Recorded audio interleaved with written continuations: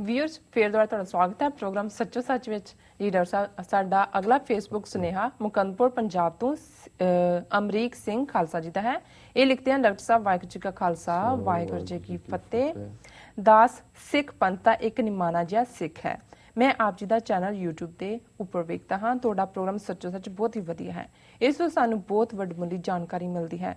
ਇਸ ਤੋਂ ਅੱਜ ਤੱਕ ਅਸੀਂ ਵਾਂਝੇ ਸੀ। ਮੇਰਾ ਇੱਕ ਸਵਾਲ ਹੈ ਆਪ ਜੀ ਪਾਸੋਂ। 1928 ਤੋਂ ਲੈ ਕੇ ਹੁਣ ਤੱਕ ਖਾਲਸਾ ਕਾਲਜ ਅੰਮ੍ਰਿਤਸਰ ਦੇ ਪ੍ਰਿੰਸੀਪਲ ਸਿੱਖ ਹੀ ਰਹੇ, ਪਰ ਹੁਣ ਬੀਜੇਪੀ ਵੱਲੋਂ ਚੋਣਾਂ ਜਿੱਤਣ ਤੋਂ ਤੁਰੰਤ ਬਾਅਦ ਡਾਕਟਰ ਊਸ਼ਾ ਪਥੇਜਾ ਨੂੰ ਖਾਲਸਾ ਕਾਲਜ ਦਾ ਪ੍ਰਿੰਸੀਪਲ ਬਣਾਇਆ ਗਿਆ ਹੈ।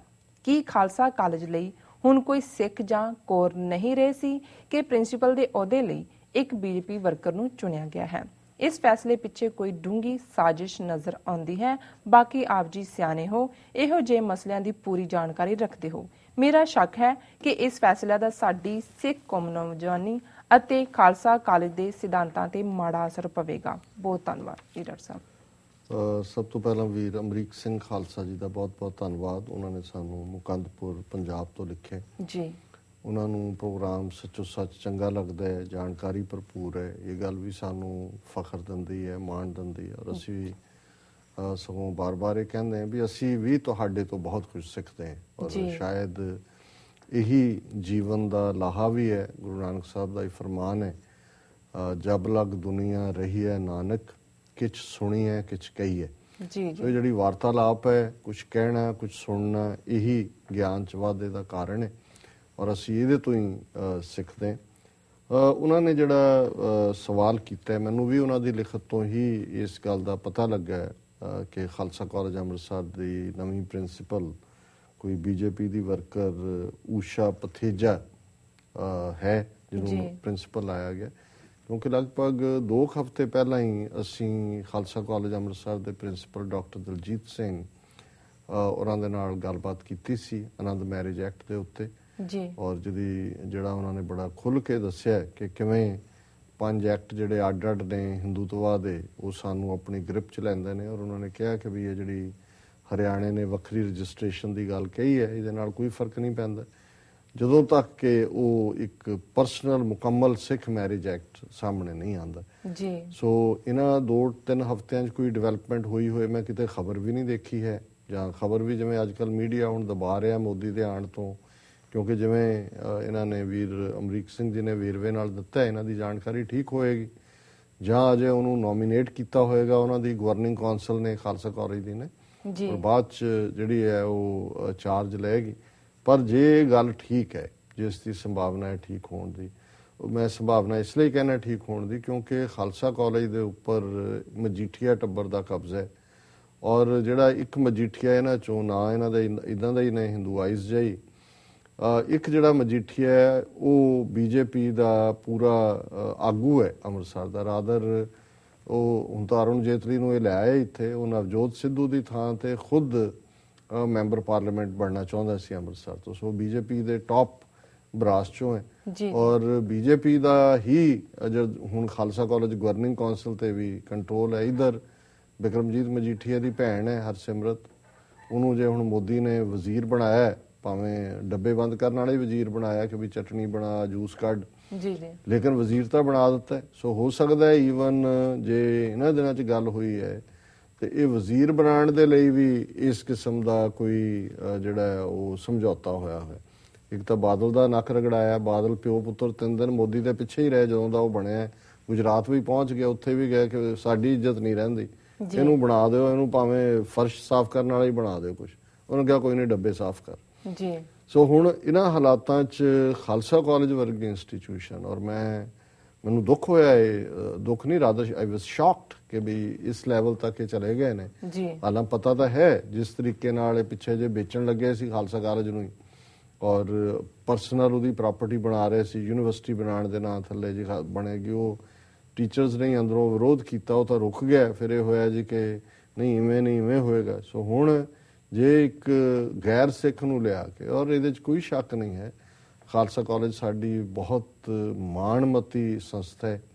1892-93 'ਚ ਇਸ ਕਾਲਜ ਨੂੰ ਬਣਾਉਣ ਦੇ ਲਈ ਭਾਈ ਦਿੱਤ ਸਿੰਘ, ਪ੍ਰੋਫੈਸਰ ਗੁਰਮੁਖ ਸਿੰਘ ਵਰਗਿਆਂ ਨੇ ਝੋਲੀ ਅੱਡ ਕੇ ਕੱਲੇ-ਕੱਲੇ ਸਿੱਖ ਤੋਂ, ਕੱਲੇ-ਕੱਲੇ ਰਾਜੇ ਸਿੱਖ ਮਹਾਰਾਜੇ ਰਾਜੇ ਤੋਂ ਪੈਸਾ ਲੈ ਕੇ ਲਗਾਤਾਰਤਾ ਦੇ ਨਾਲ ਐਫਰਟ ਕਰਕੇ ਖਾਲਸਾ ਸਕੂਲ ਤੋਂ ਗੱਲ ਸ਼ੁਰੂ ਹੋਈ, ਫਿਰ ਖਾਲਸਾ ਕਾਲਜ ਬਣਿਆ ਔਰ ਉਹਦੀ ਬੜੀ ਖੂਬਸੂਰਤ ਇਮਾਰਤ ਹੈ। ਉਸ ਵੇਲੇ ਦਾ ਬੜਾ ਸਿੱਖ ਆਰਕੀਟੈਕਟ ਉਸ ਚੋਂ ਜਲਵਾਗਰ ਹੁੰਦਾ ਜੀ। ਔਰ ਫਿਰ ਜਿਸ ਤਰੀਕੇ ਨਾਲ ਇਸ ਖਾਲਸਾ ਕਾਲਜ ਨੂੰ ਈਵਨ ਹਾਲਾਂ ਇਹ ਨਹੀਂ ਹੈ ਵੀ ਉਹਨਾਂ ਨੇ ਵੀ ਬਿਲਕੁਲ 1928 ਦਾ ਸਾਲ ਦਿੱਤਾ ਜਦੋਂ ਤੋਂ ਬਾਅਦ ਸਿੱਖ ਪ੍ਰਿੰਸੀਪਲ ਆਏ, ਉਸ ਤੋਂ ਪਹਿਲਾਂ ਅੰਗਰੇਜ਼ ਪ੍ਰਿੰਸੀਪਲ ਵੀ ਰਹੇ। ਪਰ ਅੰਗਰੇਜ਼ ਪ੍ਰਿੰਸੀਪਲ ਇਸ ਲਈ ਸੀ ਕਿਉਂਕਿ ਸਿੱਖ ਜਿਹੜੀਆਂ ਕੌਂਸਲਸ ਵੀ ਸੀ ਉਹ ਚਾਹੁੰਦੀਆਂ ਸੀ ਕਿ ਵੀ ਜਿਹੜਾ ਐਜੂਕੇਸ਼ਨ ਦਾ ਸਟੈਂਡਰਡ ਹੈ, ਕਿਉਂਕਿ ਐਜੂਕੇਸ਼ਨ ਪੱਛਮੀ ਐਜੂਕੇਸ਼ਨ ਤਾਂ ਅੰਗਰੇਜ਼ਾਂ ਦੀ ਐਜੂਕੇਸ਼ਨ ਸੀ, ਕਿ ਉਹ ਇੱਕ ਡਿਸਪਲਿਨ ਵੀ ਲਿਆਉਣ, ਇੱਕ ਐਜੂਕੇਸ਼ਨ ਦਾ ਮਿਆਰ ਸਥਾਪਿਤ ਹੋਏ। ਔਰ ਖਾਲਸਾ ਕਾਲਜ ਚੋਂ ਜਿਹੜੇ ਨਿਕਲੇ ਗ੍ਰੈਜੂਏਟ ਨੇ ਉਹਨਾਂ ਜ਼ਮਾਨਿਆਂ ਦੇ, ਉਹਨਾਂ ਨੇ ਬੜੀਆਂ ਬੁਲੰਦੀਆਂ ਛੂਹੀਆਂ ਨੇ। ਇਕੱਲੇ ਸਪੋਰਟਸ ਦੇ ਹਵਾਲੇ ਨਾਲ ਹੀ ਨਹੀਂ ਸੀ, ਐਜੂਕੇਸ਼ਨ ਦੇ ਵਿੱਚ ਔਰ ਹਰ ਖਿੱਤੇ ਦੇ ਵਿੱਚ। ਬਾਅਦ ਦੇ ਵਿੱਚ ਤਾਂ ਬਹੁਤ ਕਾਲਜ ਬਣਦੇ ਚਲੇ ਗਏ ਔਰ ਅੱਜ ਤਾਂ ਸੈਂਕੜਿਆਂ ਦੀ ਗਿਣਤੀ 'ਚ ਕਾਲਜ ਨੇ, ਲੇਕਿਨ ਖਾਲਸਾ ਕਾਲਜ ਅੰਮ੍ਰਿਤਸਰ ਦਾ ਇਹ ਇਤਿਹਾਸਕ ਮੁਕਾਮ ਹੈ। ਫਿਰ 1928 ਦੇ ਨੇੜੇ ਆ ਕੇ ਇਸ ਮੁੱਦੇ ਦੇ ਉੱਤੇ ਆਪਸੀ ਸਿੱਖਾਂ ਦਾ ਔਰ ਅੰਗਰੇਜ਼ਾਂ ਦੀ ਗਵਰਨਿੰਗ ਕੌਂਸਲ ਦੇ ਜਿਹੜੀ ਉਹਨਾਂ ਦੀ ਮੈਜੋਰਿਟੀ ਸੀ ਉਹਨਾਂ ਦਾ ਟਕਰਾਅ ਸ਼ੁਰੂ ਹੋਇਆ। ਜਾਂ ਅੰਗਰੇਜ਼ ਨਿਵਾਸ ਸਿੱਖ ਜ਼ਿਆਦਾ ਹੀ ਅੰਗਰੇਜ਼ਾਂ ਦੇ ਗੁਣ ਗਾਇਨ ਕਰ ਰਹੇ ਸੀ। ਇਧਰ ਫਰੀडम ਮੂਵਮੈਂਟ ਵੀ ਚੱਲ ਪਈ, ਅਕਾਲੀ ਲਹਿਰ ਚੱਲੀ ਸੀ ਜੀ, ਜਿਹਦੇ ਗੁਰਦੁਆਰਾ ਸੁਧਾਰ ਲਹਿਰ, ਅੰਗਰੇਜ਼ਾਂ ਦੇ ਖਿਲਾਫ ਰੋਸ ਸੀ।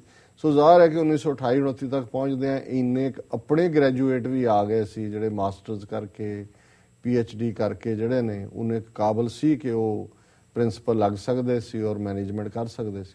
ਸੋ 1928 ਤੋਂ ਲੈ ਕੇ ਲਗਾਤਾਰ ਹੁਣ 2014 ਤੱਕ ਲਗਭਗ ਜਿਹੜਾ ਉਹ 90 ਸਾਲ ਜਿਹੜਾ ਉਹ ਸਿੱਖ ਪ੍ਰਿੰਸੀਪਲ ਨੇ। ਔਰ ਡਾਕਟਰ ਦਲਜੀਤ ਸਿੰਘ ਵੀ, ਮੈਂ ਤਾਂ ਕਦੇ ਉਹਨਾਂ ਨੂੰ ਮਿਲਿਆ ਨਹੀਂ ਹੈ, ਪਰ ਜਿਸ ਉਹਨਾਂ ਨੇ ਖੂਬਸੂਰਤੀ ਦੇ ਨਾਲ ਸਾਰੇ ਕਨਸੈਪਟ ਨੂੰ ਐਕਸਪਲੇਨ ਕੀਤਾ ਜੀ। ਸੋ ਬੜੇ ਅੱਛੇ ਐਡਮਿਨਿਸਟ੍ਰੇਟਰ ਨੇ ਔਰ ਬੜੇ ਲਰਨਡ ਨੇ ਔਰ ਉੱਥੇ ਸਾਰੇ ਕਈ ਡਿਪਾਰਟਮੈਂਟ ਨੇ, ਉਹਨਾਂ ਦੇ ਹੈਡ ਆਫ ਦਾ ਡਿਪਾਰਟਮੈਂਟ ਸਿੱਖ ਨੇ। ਸੋ ਜੇ ਤੁਸੀਂ ਕਿਸੇ ਕੇਪੇਬਲ ਬੰਦੇ ਨੂੰ ਲਿਆਓ ਔਰ ਉਹਦਾ ਸਿੱਖੀ ਕਰੈਕਟਰ ਕਾਇਮ ਰੱਖੋ, ਤੇ ਹੁਣ ਕੱਲ ਨੂੰ ਕੋਈ ਸੋਚ ਸਕਦਾ ਵੀ ਅਲੀਗੜ੍ਹ ਮੁਸਲਿਮ ਯੂਨੀਵਰਸਿਟੀ ਦਾ ਹੈੱਡ ਕੋਈ ਹਿੰਦੂ ਲੱਗ ਜਾਏ ਜਾਂ ਬਨਾਰਸ ਹਿੰਦੂ ਯੂਨੀਵਰਸਿਟੀ ਦਾ ਕੋਈ ਮੁਸਲਮਾਨ ਲੱਗ ਜਾਏ। ਸੋ ਇਹ ਇਵੇਂ ਹੀ ਹੈ। ਜੇ ਖਾਲਸਾ ਕਾਲਜ ਅੰਮ੍ਰਿਤਸਰ ਦਾ ਇਹਨਾਂ ਨੇ ਪ੍ਰਿੰਸੀਪਲ ਹੀ ਲਿਆ ਕੇ ਬੀਜੇਪੀ ਦੀ ਵਰਕਰ ਨੂੰ ਲਾ ਦਿੱਤਾ ਹੈ, ਫਿਰ ਤਾਂ ਔਰ ਗੁਰੂ ਕੀ ਨਗਰੀ, ਕਿਉਂਕਿ ਇਹ ਵੀ ਬੀਜੇਪੀ ਦਾ ਜਿਹੜਾ ਜ਼ੋਰ ਹੈ, ਅਰੁਣ ਜੇਤਲੀ ਨੂੰ ਐਵੇਂ ਨਹੀਂ ਅੰਮ੍ਰਿਤਸਰ ਲਿਆਇਆ ਔਰ ਜਾਂ ਇਹ ਵੀ ਗਏ ਔਰ ਇਹਨਾਂ ਨੇ ਉਹਦਾ ਸਿੱਖ ਕਰੈਕਟਰ ਇਹਨਾਂ ਨੂੰ ਚੁੱਭਦਾ ਹੈ ਕਿ ਵੀ ਸਾਬਤ ਕਰੋ ਕਿ ਜੀ ਅੰਮ੍ਰਿਤਸਰ ਨੂੰ ਅਸੀਂ ਰਿਪਰੈਜ਼ੈਂਟ ਕਰਦੇ। ਨਵਜੋਤ ਸਿੱਧੂ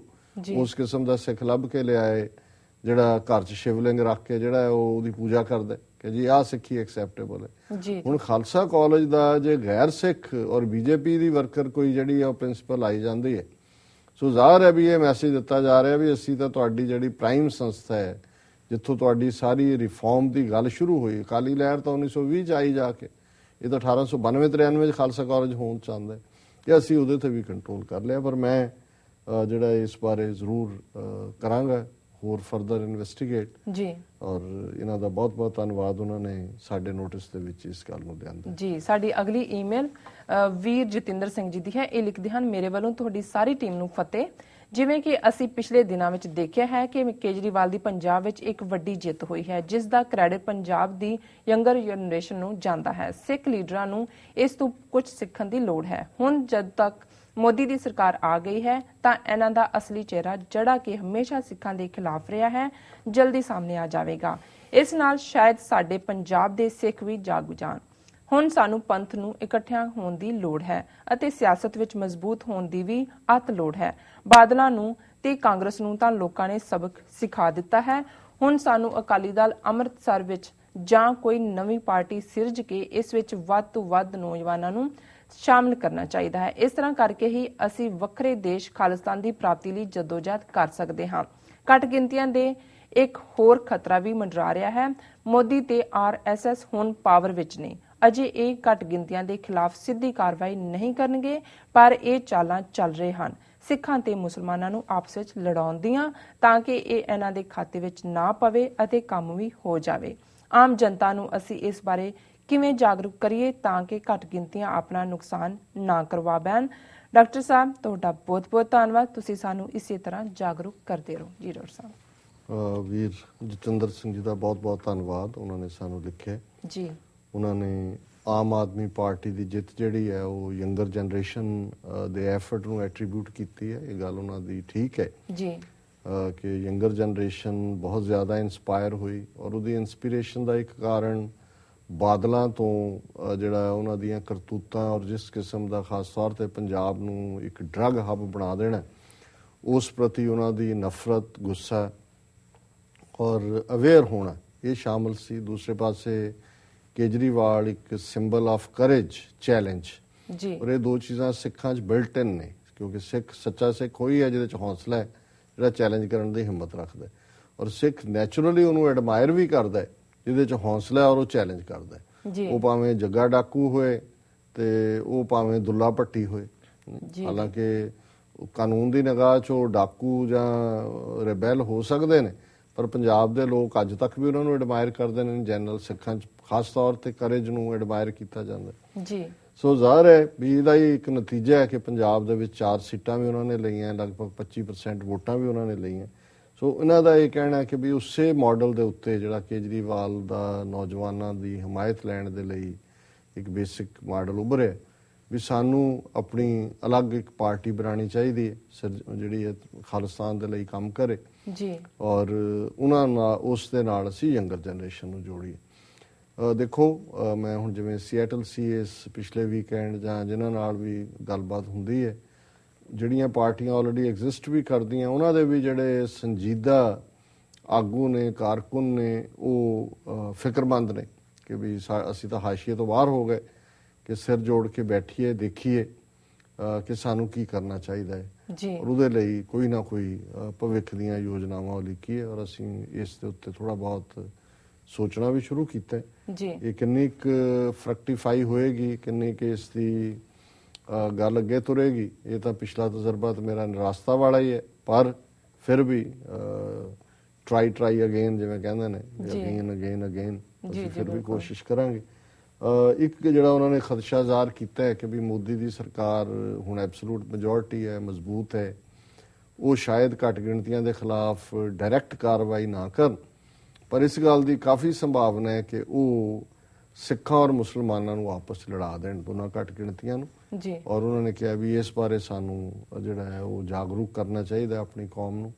ਉਹਦੀ ਆਲਰੇਡੀ ਉਹਨਾਂ ਨੇ ਸ਼ੁਰੂਆਤ ਤਾਂ ਹੈਦਰਾਬਾਦ ਦੇ ਵਿੱਚ ਕਰ ਦਿੱਤੀ, ਜਦੋਂ ਕਿ ਨਿਸ਼ਾਨ ਸਾਹਿਬ ਨੂੰ 5 ਵਜੇ ਅੱਗ ਲਾਈ ਜਾਂਦੀ ਹੈ, ਆਈਡੀ ਉੱਥੇ ਵੋਟਰ ਆਈਡੀ ਮੁਸਲਮਾਨ ਨਾਂ ਦੀ ਸੁੱਟੀ ਜਾਂਦੀ ਹੈ, ਸਿੱਖ ਭੜਕ ਪੈਂਦੇ ਨੇ ਬਿਨਾਂ ਇਹ ਦੇਖੇ ਕਿ ਵੀ ਉਹ ਕਰਨ ਵਾਲਾ ਉੱਥੇ ਆਪਣੀ ਆਈਡੀ ਸੁੱਟ ਗਿਆ।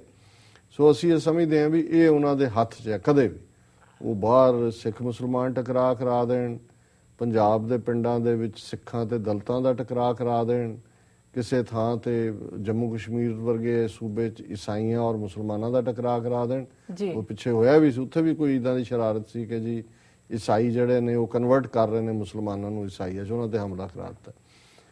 ਹੁਣ ਜਾਗਰੂਕਤਾ ਤਾਂ ਇਹੀ ਹੈ ਜੋ ਅਸੀਂ ਕਰ ਰਹੇ ਹਾਂ, ਪੈਨ ਨਾਲ ਲਿਖ ਸਕਦੇ ਹਾਂ, ਜ਼ਬਾਨ ਨਾਲ ਬੋਲ ਸਕਦੇ ਹਾਂ, ਜਿਹੜਾ ਅਸੀਂ ਸਮਾਗਮਾਂ ਤੇ ਕਹਿੰਦੇ ਹੀ ਹਾਂ, ਤੇ ਸੱਚੋ ਸੱਚ ਦਾ ਸਾਡੇ ਕੋਲ ਪਲੇਟਫਾਰਮ ਹੈ। ਸੋ ਸਾਨੂੰ ਤਾਂ ਕਿਤੇ ਵੀ ਥੋੜੀ ਜਿਹੀ ਸਮੈਲ ਵੀ ਆ ਜਾਏ ਵੀ ਗੱਲ ਇਸ ਡਾਇਰੈਕਸ਼ਨ 'ਚ ਜਾ ਰਹੀ ਹੈ, ਅਸੀਂ ਤਾਂ ਰੌਲਾ ਪਾ ਦਿੰਦੇ ਹਾਂ, ਅਲਾਰਮ ਵੱਜ ਜਾਂਦਾ ਹੈ ਸਾਡਾ।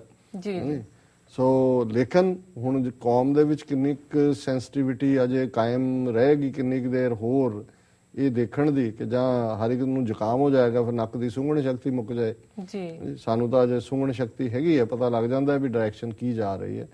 ਲੇਕਿਨ ਇਹਦੇ 'ਚ ਕੋਈ ਸ਼ੱਕ ਨਹੀਂ ਹੈ ਕਿ ਵੀ ਮੋਦੀ ਅਜੇ ਆਪਣਾ ਠੀਕ ਇਮੇਜ ਰੱਖਣ ਲਈ, ਬਦਨਾਮੀ ਤੋਂ ਬਚਣ ਲਈ ਆਰਐਸਐਸ ਸਿੱਧੇ ਤੌਰ ਦੇ ਉੱਤੇ ਕੋਈ ਕਾਰਵਾਈ ਨਹੀਂ ਕਰੇਗਾ। ਔਰ ਜਿਹੜਾ ਭਾਰਤ ਦੇ ਨਕਸ਼ੇ 'ਚ ਸਿੱਖ ਔਰ ਮੁਸਲਮਾਨ ਦੋਨੋਂ ਹੀ ਭਾਵਕ ਕਿਸਮ ਦੇ ਲੋਕ, ਦੋਨਾਂ ਦਾ ਦੇ ਵਿੱਚ ਕੋਈ ਨਾ ਕੋਈ ਸ਼ਰਾਰਤ ਕਰਕੇ ਉਹਨਾਂ ਦਾ ਆਪਸ ਟਕਰਾ ਇਹ ਕੁਆਇਟ ਸੰਭਵ ਹੈ। ਔਰ ਅਸੀਂ ਜਿਹੜਾ ਹੈ ਉਹ ਕਹਿ ਹੀ ਸਕਦੇ ਹਾਂ, ਜਾਗਰੂਕ ਕਰਨਾ ਤਾਂ ਇਹੀ ਹੈ, ਬਾਕੀ ਦੇਖੋ what happens। ਜੀ ਡਾਕਟਰ ਸਾਹਿਬ ਤੁਹਾਡਾ ਬਹੁਤ ਬਹੁਤ ਧੰਨਵਾਦ, ਤੁਸੀਂ ਆਪਣੇ ਵਿਚਾਰ ਸਾਡੇ ਦਰਸ਼ਕਾਂ ਨਾਲ ਸਾਂਝੇ ਕੀਤੇ।